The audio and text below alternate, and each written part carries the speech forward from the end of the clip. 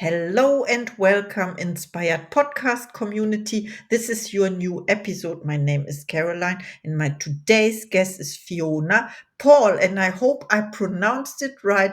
Welcome, welcome, and how are you doing today? Oh, I'm very good, thank you. And we just had a little prelim talk before we went on to recording. And yeah, you're beautiful. So I'm really excited to share this time with you and have inspiring conversation. Oh, thank Mm. you so much. Yes, this is what the podcast is about, an inspiring conversation of with global experts, and you are one of them, of course, and I would like to introduce you to the audience. You are a transformational coach, spiritual guide, speaker, and channel for the angelic realm. Together, you guide people to their true authentic self, aligning them to their soul purpose, giving confidence and clarity to live their highest potential. This is really great. And my first question, of course, is what inspired you to do what you are doing now? But I have also another question. Can you describe a moment or experience that led you to discover your ability to channel the angelic realm and how it has shaped your approach to guiding others towards their true, authentic self? Yeah. Well, it all started 24 years ago when I was in a very, very deep depressive state. My father had transitioned, and I say the word transition because I now speak with him. He's just in a higher frequency. He's no longer in physical form. So I personally don't believe in death. So he had transitioned and he was my guiding light.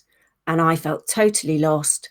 I was going down and down and down into a spiral. I was really not liking my job and it was making me feel sick. And um, I was sat on the edge of my bed in my bedroom and I was sobbing, thinking, I just don't know who I am. I don't know where to go. I was in the depths of the lowest I had ever felt before. And then all of the energy, and it's starting to change now. So when I go like this, it's because they're coming through, the angelic realm are coming through very strongly. All the energy started to change in the bedroom. And it all started to become really familiar. And I knew I had felt this frequency before. And it's like all the sound disappears, even like the oxygen chain goes, but it's really familiar. And everyone who goes into it, who I have spoken with, also says it's very familiar to them. It's a bit like home. Anyway, this column of light started to appear in front of me, and I wasn't scared or afraid in any way. And this being started to form in this column, and he took shape, and I say male, he took shape, and he was about 10 foot tall, and he was in a white three-piece suit, just like John Travolta out of Saturday Night Fever. But in all of my knowing, I knew he was an angel. He didn't have any wings, but his energy of pure unconditional love, I knew he was an angel, and immediately started to talk to him telepathically, even though I didn't know I could or it didn't even enter my head. It was so natural. And I asked him who he was. And he went, "Oh, I'm Michael." And I went to myself, "Oh, Michael, that's a funny name for an angel, because aren't they called Gabriel or something? I think he's just trying to be nice and not scare me," because I didn't know anything about angels at that time. Anyway, he went, "Oh, come on." I didn't know he could hear what I was, because it's all telepathy. He took me on a journey. We were instantly at the house that I was brought up in, and we're standing in the archway of the garden. It's a beautiful garden with a lake and the willow tree, and just as I'd remembered it, but I hadn't been there for 15 years. But my father was walking up the garden path. He was 74 when he transitioned, but he was 35. I knew he was 35. You just have these knowings when you're in this dimension, in this frequency. You're connected to everything and you know so much more. You're not limited. He's walking up the garden path. Michael is stood here to my right. So, of course, as soon as I see my father, I go, oh, and my throat chakra goes really tight, and I didn't know about throat chakras. And Michael nudges me to say, look, you're going to be totally fine. He's not going to recognize you. But as he nudges me, I stumble. It's that visceral, it's that solid, everything that's happening. And my father's coming up the garden path, and I'm 4 years old holding his hand. And my father starts to walk a lot faster because he sees me stumble, and he's asking me, am I all right? Am I all right? And I go, yeah, yeah.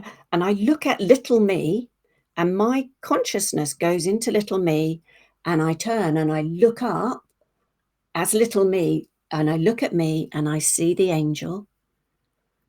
And I now know that that absolutely happened when I was 4 years old, that I saw a future version of me, and I saw Michael.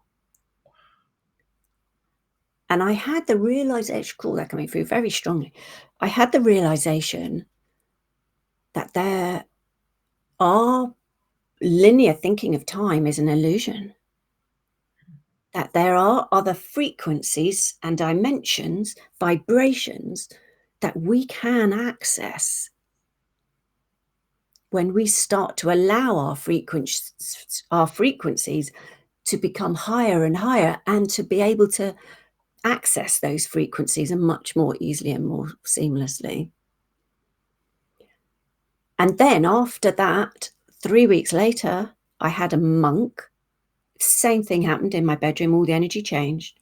A monk in a brown habit with a hood up walked round the side of my bed. Again, I was feeling incredibly sorry for myself. I didn't tell anyone about this angel because I just thought they would just not believe me. This monk walked round, and I was sad and sobbing, and he knelt down in front of me, and he started to do this. I now know he was stroking my energetic field and my aura, and it calmed me. And I was like, oh, and I stopped crying. And he stood up and he took his hood back and he looked at me. And I'm like going, oh, thank you. It's very kind of you. Yeah, I feel much, much better. Thank you very much. And I knew he was saying, well, you don't know who I am. And I'm like, well, no, I'm so sorry, but no, I don't actually. But thank you very much. That was very, very kind of you. So he stepped to my left, and my bedroom wall opened up into this vista, and I knew it was the country of Greece. I could feel the heat. I could smell the warmth of the air. There were little olive trees, and there was leaves on the ground, little black olives on the ground. The dust was blowing in the breeze. And then over to my right, oh, the angels are coming in. Over to my right, there was a row of men on a little bit of a slope, a row of men. And for whatever reason, as soon as I saw them, I had an instant knowing that they were the disciples. So I look at this being, and I immediately go to fall on my knees, even though I've had no religious upbringing whatsoever. But we are so programmed. I went to fall on my knees, and he got hold of my arms as physically as when Michael nudged me 3 weeks earlier, hold of my arms here, and he stopped me from falling on my knees. We went eye to eye, and he said, Fiona, you are exactly the same as me.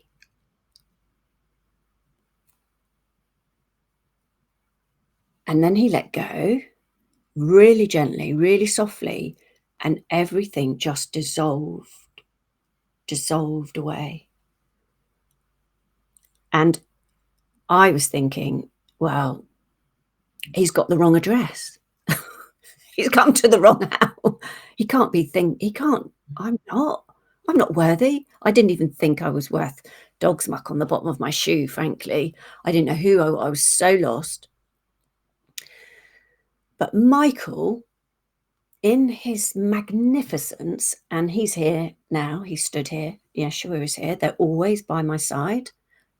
Michael is always on my left, and Yeshua is always on my right. But Michael came in and he said, Fiona, always come from love. And in that moment, I knew I had to stop doing the job I was doing. That was making me feel sick every time I went to the computer. And what I truly, truly wanted to do and what I was being shown and felt so viscerally was to go and back and work with animals. And I had been brought up with animals and being in nature and everything. And this was going to help me find myself again. So I was actually running a company at the time with a business partner. We folded that company, and then I started to study as an animal behaviorist. And that opened a whole new world for me, particularly working with dogs. And that moved into cats, horses, and I ended up traveling the world, working with animals, camels, circus animals, birds. And then more and more of me and my abilities started to come through.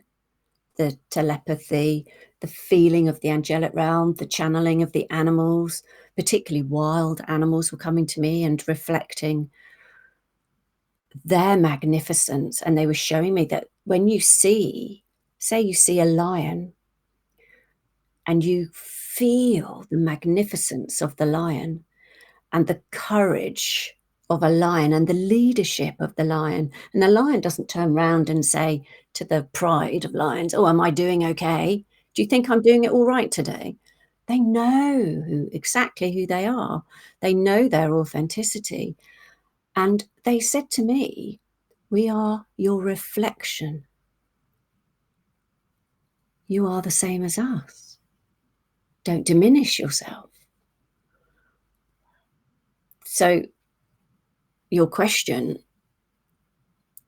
where did it all begin?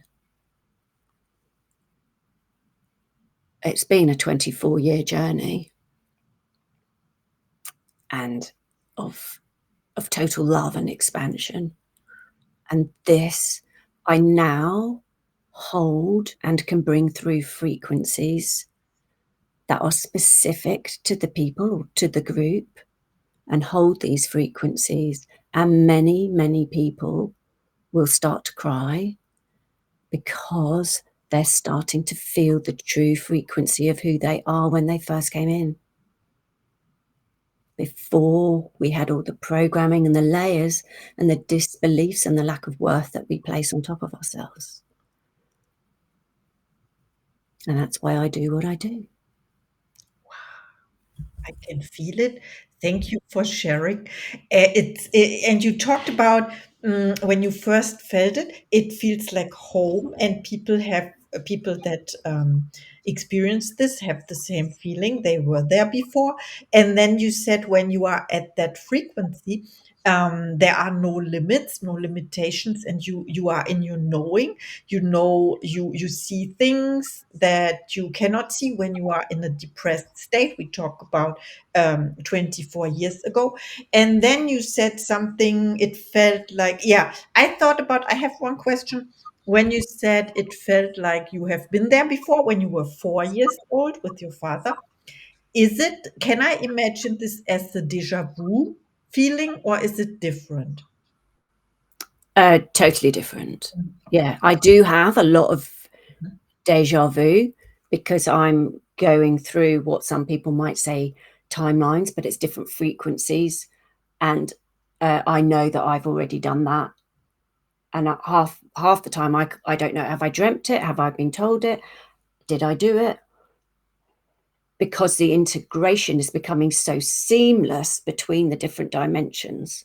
I'm not locking myself down into a heavier fear-based dimension. So when you are taken into the other dimension, as I said, and I saw me, it's a very, very real experience. It doesn't have any ambiguity about it at all. It's very real. I could have touched her And my father took my hand and took me into the house to give me water for my throat, just as Michael nudged me to tell me, look, he's not going to recognise you. You're going to be fine. And I go and nearly fall on the floor because he doesn't know his own strength. Kind of thing. Yeah, it's very real. It's not like deja vu. Okay, I understand. So it is a different dimension, so to say. It is. Yeah. Through the times now that I've been working with clients and working with the angelic realm and with Yeshua, they don't really like to talk about dimensions because dimensions is limiting yourself. It's just a different frequency, and there are many frequencies. And as you start to know who you are, so say, for instance, if you were working with me and you felt in the very core of your being the frequency and the truth of who you were when you first entered this world, you start to have a whole new perception of yourself, and you start to come and grow and expand into the confidence and clarity of who you are. And as I take people on these transformational journeys that I do, all the time I'm bringing through the frequencies, I'm bringing through their wisdom, and we are orchestrating the path that is the most easiest and seamless and effortless path for that individual, for them to come in to realizing who they are. And the more you come in to realizing who you are, the more you start to fall in love with who you are. And when you're in love, your vibration can go anywhere. Your frequency can go anywhere. And the fear-based paradigms and things that you've been so used to can't come up into that frequency because they're too heavy. So your limitations and your beliefs have disappeared. And if somebody mentions them to you, you'll laugh because you know the magnitude of who you are. And it is actually quite simple. It's so easy to be in love with you. It's so difficult to deny that for yourself. Yes, I I think I understand or I feel what you mean. It's about, yeah, I heard this sentence, you need nothing to be happy, you need something to be unhappy. And this is really interesting. So it emphasizes how simple it is, but overlooked by so many people, let's say. And my next question is, how it's also a simple question, how do you maintain that frequency? Because you said the fear-based frequency is heavy, and then when you were in depression, then how, but because I think it's every one of us experienced this before. I think the art is to stay in that frequency, right? Yes. I've been very fortunate to be channeling the frequencies of the angelic realm and other high frequency beings. And that, when I very first started to bring through these frequencies and allow them to come through my body, my eyes felt like they were swollen out here, and God, how am I going to get them back in my head? And I had to go and lie down. I was exhausted and I felt really weird. And the more and more I allowed these frequencies to come in, the more and more my body acclimatized to the frequencies. So I'm very fortunate that this has been the role, my career, my sole purpose to do.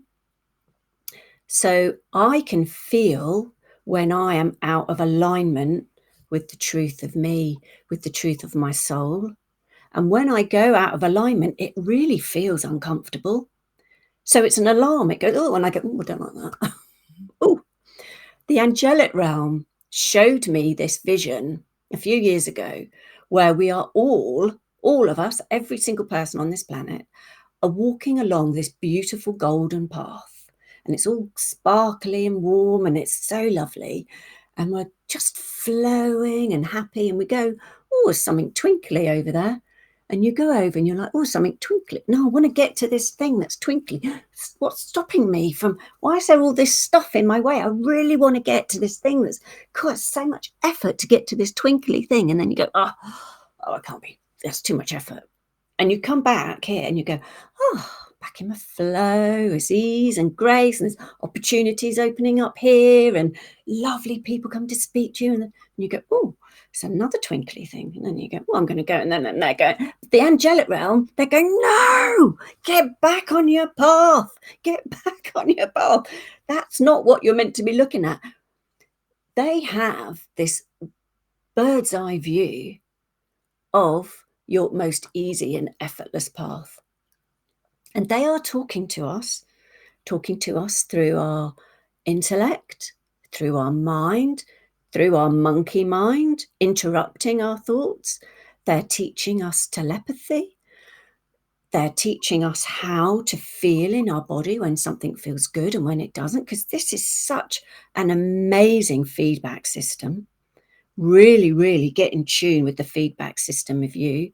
We're so far more magnificent than what we have ever realized or been taught. And the angelic realm are going, look, I can see the most easy, effortless way for you.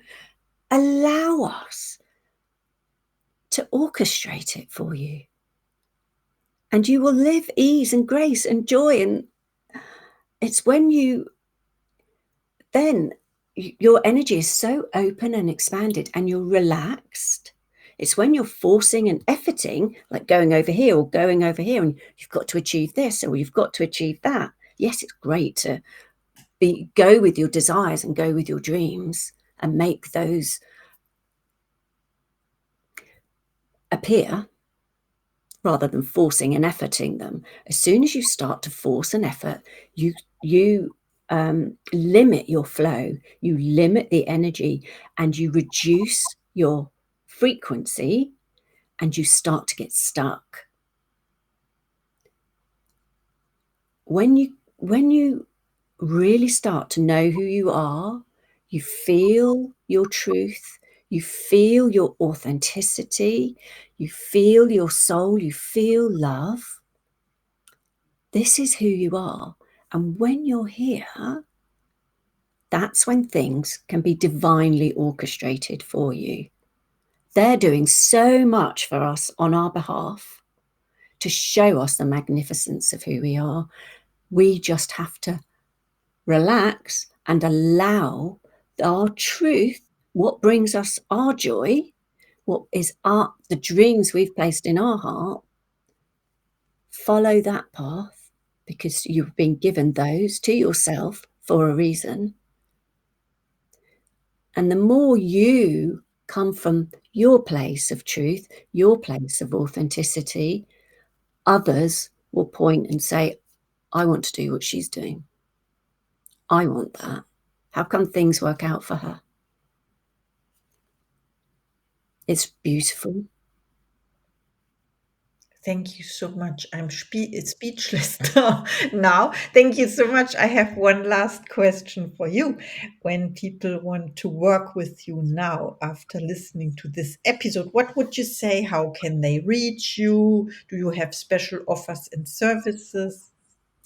Yes. Well, on my website, which is my name, FionaPaul.com, I do offer free discovery sessions, but I'm offering an hour, an extended hour for anybody watching this podcast, for your viewers, so that we can delve deeper into the truth of who they are.